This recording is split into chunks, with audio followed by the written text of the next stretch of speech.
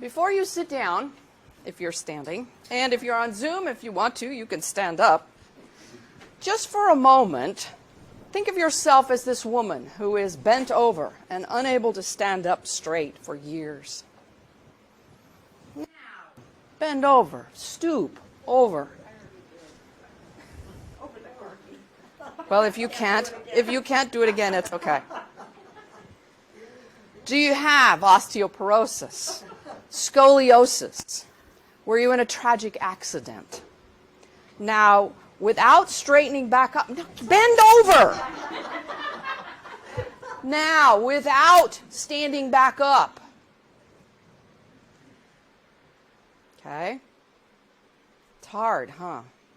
Without straightening back up, look at this icon.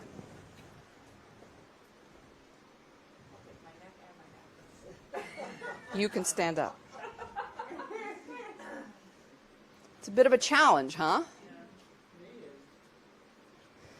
It's also a different perspective on the world that you and I are used to normally. May even be painful. Okay, now you can all stand up and sit down. I think we learned a lot in those few moments. I'm going to go sit down. We're done. I used to do a lot of spiritual direction early on, especially when I first got here. I don't do so much anymore, but several years ago, I saw a woman on a fairly regular basis, maybe once a month or so. And one day she came in and she told me about her coming back to God. She had felt like she had lost her faith. And she had been at a retreat, I think, and she was meditating on this story from the gospel. And she read this account from the Gospel of Luke, and she realized that she was that bent-over woman. When Jesus touched the woman in the story, she felt Jesus take both of her hands and lift her upright so she could stand up. As you can probably imagine, it was a moment of profound grace, profound healing. And instead of peering up at Jesus like this, and being in pain, or even just like this and only looking at his feet, she was now able to stand up and see him face to face. Now, the woman in my story wasn't bent over in a physical sense. She was bent over, she was actually quite a vibrant woman and a beautiful woman. Her bent-overness was a spiritual crippling. She'd been bent out of shape with God for a long time, although maybe not for 18 years, but long enough for it to be debilitating and long enough for the world to look pretty harsh and pretty cruel to her as she peered up at it, often in pain. Her healing was cause for great freedom and joy, and I assume her life since has reflected that, and she gives thanks to God. And although I have lost touch with her, I assume that's still probably true. After reflecting on that story and this gospel story this week, I can see how there was cause for lots of joy and celebration and rejoicing among the people. They were gathered for worship there that day in the synagogue, and there was this amazing healing. If someone here this morning was to be healed of a crippling illness and stand up straight among us, we would all be filled with joy and celebrating. Fortunately, that doesn't always happen, and we learn to live with whatever it is and still find joy, hopefully. And unfortunately, as in this story, there's almost always someone in every crowd who wants to undermine what's happening, especially if they feel like their power or their control has all of a sudden been taken away from them. I don't know who that person was with the woman I met, but clearly the leader of the synagogue is that man in this story. He was quite upset that the law was being broken. It was being broken in opposition to the freedom from bondage that this woman had been captured in for so many years, probably a half of her life, given that the average lifespan back then was about 35 years.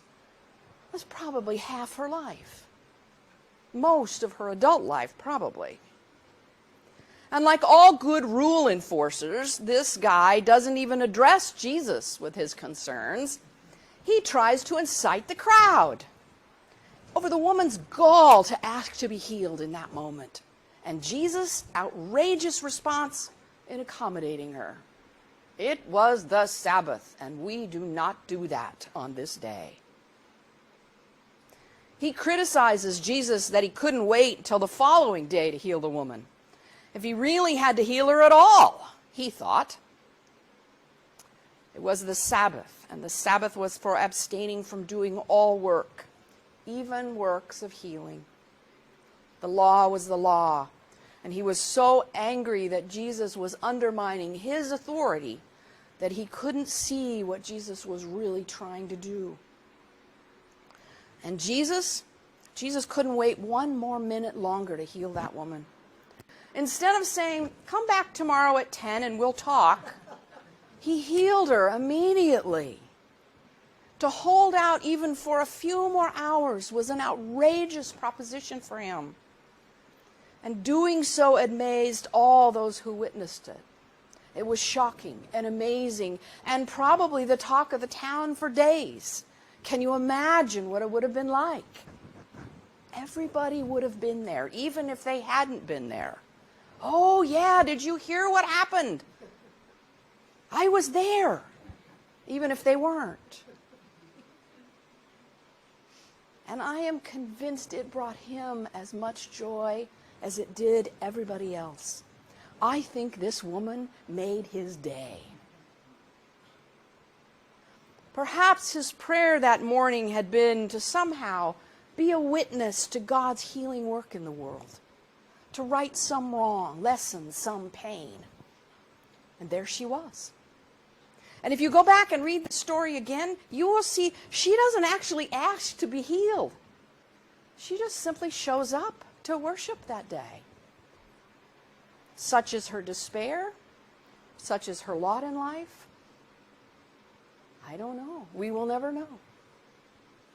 The realm of God is not just waiting to break in on us when it's appropriate or legal and we ask. It's ready and waiting all the time. This lesson today is not about the Sabbath any more than it might be about any one of the other laws and codes that a faithful person follows or doesn't follow. It's about the mercy and love of God and the righting of anything that keeps that person from living a joyful, healed, and rich life. Now contrast the woman in our story with the leader of the synagogue. I would suggest that he is as much bent over as she is. He has as much a broken view of the world as she does. It's easy to hear this story and think of him as a schmuck, a bad guy, the underside or the dark side of this story, because there has to be good and there has to be bad. I think they both were broken. They were both stooped over. They were both unable to stand up and look at Jesus eye to eye. His stooped soul restricts his ability to see the way of mercy. He is in as much need of healing as that woman. Jesus says the time for salvation isn't tomorrow, it's right now, whatever day that is, and whoever you are. In fact, maybe the Sabbath is the perfect time for healing, because we stop long enough from our busyness, our craziness, to listen, to pray, to be still, to wait for the healing which is ours, for the giving, not even the asking. We are all in need of healing. If this gospel is tied to the Sabbath, it is because we need rest so badly that we are crippled by the lack of as much as the two people in the story. How are we unable to stand up straight? Us, you and me. What's knocked us down from within us, from outside of us in the world at large? It may be 100 things, but here we are all together, gathered, And we may be sitting up in chairs, but our souls are bent over like this. And in order to see Jesus at all, we have to look like this. And after 18 years or 27 years or 110 years, we're probably in a lot of pain because of it. This day and age, when we are trying to be politically correct, we don't often say the word crippled. I guess if we were to have a modern language version of the text, it would be disabled, handicapped. Maybe it would be helpful to think of other words, though, to get a sense of the depth of our condition. Think of these: bedridden, broken, damaged, defeated, hamstrung, harmed, housebound, impaired, incapacitated, oppressed, paralyzed, sidelined, stuck. Do any of them ring true for you? What is it that has you bent over? I have a file on my computer with stories and thoughts that someday might get worked into sermons, and almost always I forget that it's there.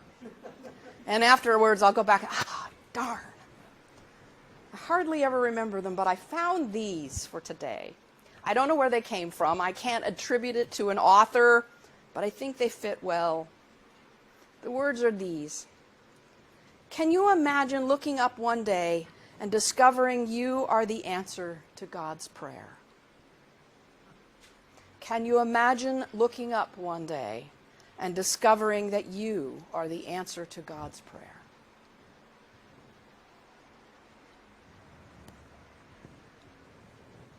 Stand up again.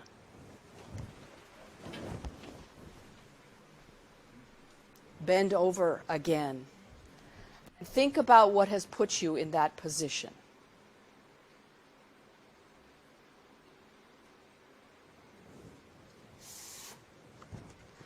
Now straighten up and look at this icon again. A new icon. Look into the face of the healing Jesus.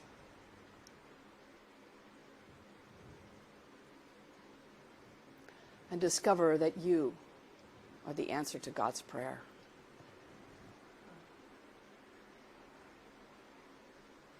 Amen. Amen. Can you see it on Zoom?